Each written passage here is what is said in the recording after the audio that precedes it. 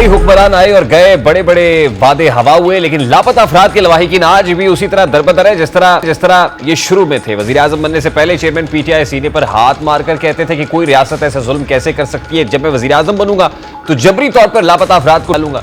वजीर आजम बनकर दूसरे कामों में मसरूफ हुए, लेकिन लापता अफराद का मुकदमा नहीं लड़ सके। उसके बाद मरियम नवाज शरीफ साहब इस बारे में बारहा बात कर चुकी, बिलावल भुट्टो साहब ने बात करके देख ली, लेकिन कोई भी पलट कर इन लापता अफराद के केस को लड़ने के लिए नहीं आया।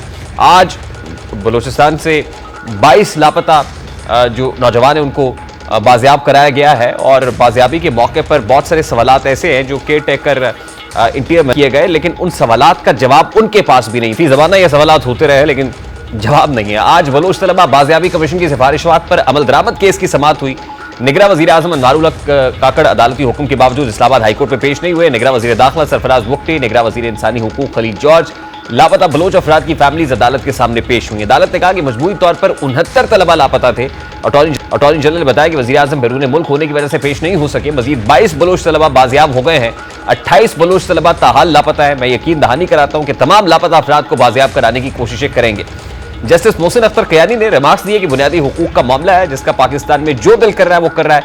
इस केस में सारे तालिब इल्म हैं, ये हमारे अपने शहरी हैं। सारा इल्जाम रियासती एजेंसी पर आ रहा है। या तो बताएं कि दूसरे मुल्क की एजेंसी ने बंदे उठाए हैं, एक मखसूस इदारे पर इल्जामात हैं, तहकीकात भी उसी से कराएंगे।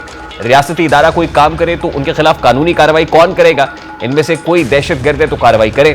हम कलभूषण का ट्रायल कर सकते हैं तो इनका भी कर सकते हैं। जस्टिस मोहसिन अख्तर कयानी ने कहा कि बलूचिस्तान का बंदा लापता हो जाता है और यहाँ इंतजामिया 365 के तहत एक कार्रवाई करे और मुंह दूसरी तरफ कर लेती है। जो दहशतगर्द है उनके खिलाफ कार्रवाई करे, अदालत के सामने पेश करे। किसी एजेंसी को इस्तिस्ना नहीं है, जिसको मर्जी बरसों उठाकर ले जाए, फिर वो थाना अपारा के एसएचओ के हवाले कर दे। क्या किसी मुहज़्ज़ब माशरे में ये काम होता है?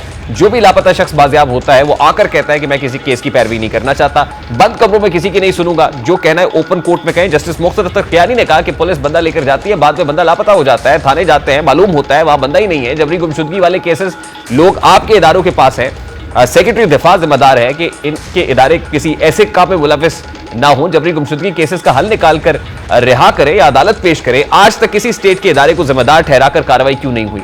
निगरान वजीर दाखिला ने अदालत में बताया कि एक भी शख्स लापता है तो उसका जवाब कोई नहीं है, हम अपनी जिम्मेदारी पूरी करेंगे। बहुत सारे ऐसे हैं जो अदालती मफरूर हैं, कुछ लोग अफगानिस्तान चले गए, बहुत सारे केसेस ऐसे भी हैं जिनमें सिक्योरिटी फोर्सेस के साथ लड़ते हुए लोग मारे गए। वजारत दाखिला ने लापता अफराद के मामले पर एडिशनल सेक्रेटरी को फोकल पर्सन मुकर्रर कर दिया और अदालत ने दरखास्त गुजार को तमाम लापता अफराद फोकल पर्सन को फराहम करने का हुक्म दे दिया है। लापता बलोच शख्स की बहन अदालत के सामने बात करते हुए जज्बात पर काबू नहीं रख सकी और रो पड़ी, और उन्होंने कहा कि आसिफ बलोच और कजन रशीद बलोच को 2018 में गिरफ्तार किया गया था। अब सरफराज बुख्ती कहते हैं कि ये छोटा सा मसला है, मेरा सब कुछ रुक गया है, हम सारा घर, यानी जो लापता अफराद के लवाहिकीन है उन्होंने भी अपनी बिपता सुनाई है और इस मामले पर हुकूमत ने भी जो है अपना मौक़िफ़ सामने रखा है। ताहम अदालत में भी बड़े सख्त रिमार्क्स दिए हैं। देखना यह है कि हमेशा की तरह ये स्टेटमेंट्स की नजर हो जाता है या बाकी कंक्लूसिव भी हो पाता है और बाकी ईमानदार लापता अफराद भी बाजियाब होते हैं। प्रोग्राम का वक्त अपने इख्तिताम को पहुंचा, आपसे मुलाकात होगी इंशाअल्लाह कल। अपना रखिए ख्याल, अल्लाह हाफ़िज़।